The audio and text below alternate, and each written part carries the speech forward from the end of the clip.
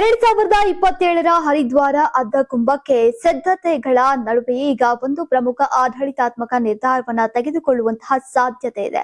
ಹರಿದ್ವಾರ ಮಹಾನಗರ ಪಾಲಿಕೆಯು ನಗರ ವ್ಯಾಪ್ತಿಯಲ್ಲಿ ಮಾಂಸ ಮತ್ತು ಮೊಟ್ಟೆಗಳ ಮಾರಾಟವನ್ನ ಸಂಪೂರ್ಣವಾಗಿ ನಿಷೇಧಿಸುವ ಬಗ್ಗೆ ಯೋಚಿಸಲಾಗ್ತಾ ಇದೆ.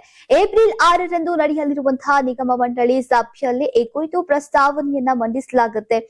ಅರ್ಧ ಕುಂಭದ ಸಮಯದಲ್ಲಿ ನಗರದಲ್ಲಿ ಹೆಚ್ಚಿನ ಸಂಖ್ಯೆಯ ಭಕ್ತರು ಬರಲಿದ್ದು ಮತ್ತು ಸ್ವಚ್ಛತೆ ಮತ್ತು ಧಾರ್ಮಿಕ ಭಾವನೆಗಳನ್ನ ಗಮನದಲ್ಲಿಟ್ಟುಕೊಂಡು ಈ ಬಗ್ಗೆ ಯೋಚಿಸಲಾಗ್ತಾ ಇದೆ ಅಂತ ಮೇಯರ್ ಕಿರಣ್ ಜೈಸಲ್ ಅವರು ಹೇಳಿದ್ದಾರೆ. ಪ್ರಸ್ತಾವನೆಯ ಅಡಿಯಲ್ಲಿ ಹರಿದ್ವಾರದ ನಗರದಲ್ಲಿ ಕಾರ್ಯನಿರ್ವಹಿಸ್ತಾ ಇರುವಂತಹ ಮಾಂಸದ ಅಂಗಡಿಗಳನ್ನ ನಗರ ಮಿತಿಯ ಹೊರಗೆ ಸ್ಥಳಾಂತರಿಸಲಾಗುವುದು. ಈ ಉದ್ದೇಶಕ್ಕಾಗಿ ನಗರಸಭೆ ಈಗಾಗಲೇ 56 ಅಂಗಡಿಗಳನ್ನ ನಿರ್ಮಿಸಿದೆ.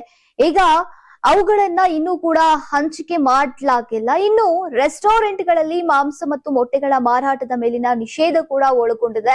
ಇದು ತನ್ನ ವ್ಯಾಪ್ತಿಯನ್ನ ವಿಸ್ತರಿಸಬಹುದು. ಈ ಪ್ರಸ್ತಾವನೆಯನ್ನ ಅಂಗೀಕರಿಸಿದ್ರೆ ಸುಮಾರು 10,000 ಜನರ ಜೀವನೋಪಾಯದ ಮೇಲೆ ಪರಿಣಾಮ ಬೀರಬಹುದಾಗಿದೆ. ಹರಿದ್ವಾರದಲ್ಲಿ ಹರ್ ಕಿ ಪೌರಿಯ 5 ಕಿಲೋಮೀಟರ್ ವ್ಯಾಪ್ತಿಯಲ್ಲಿ ಈಗಾಗಲೇ ಮಾಂಸ ಮಾರಾಟ ನಿಷೇಧ ಇದೆ. ಈ ಸಮಯವು ಬ್ರಿಟಿಷ್ ಯುಗದ ಹಳೆಯ ಬೈಲಾಗಳ ಅಡಿಯಲ್ಲಿ ಈಗ ಜಾರಿಯಲ್ಲಿದೆ. ಇನ್ನು ಪುರಸಭೆಯ ಅಧಿಕಾರಿಗಳ ಪ್ರಕಾರ ಪ್ರಸ್ತಾವನೆಯನ್ನ ಅಂಗೀಕರಿಸಿದ ನಂತರ ಸಾರ್ವಜನಿಕ ವಿಚಾರಣೆಯನ್ನ ನಡೆಸಲಾಗುವುದು.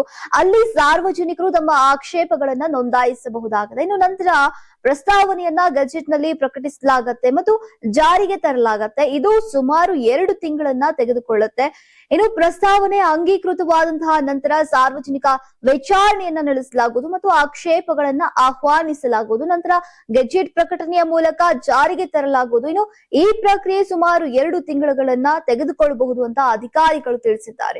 ಇನ್ನು ಉತ್ತರಾಖಂಡ ಸರ್ಕಾರವು ಅರ್ಧ ಕುಂಭ 2027ರ ಸಿದ್ಧತೆಗಳಿಗೆ ಈಗ 1,000 ಕೋಟಿ ರೂಪಾಯಿ ಅನುದಾನವನ್ನ ನೀಡಿತ್ತು. ಈಗ ರಸ್ತೆಗಳು, ಸೇತುವೆಗಳು, ಘಾಟ್ಗಳು ಮತ್ತು ಮೂಲ ಸೌಕರ್ಯಗಳ ಅಭಿವೃದ್ಧಿಗೆ ಒತ್ತನ್ನ ನೀಡಲಾಗ್ತಾ ಇದೆ.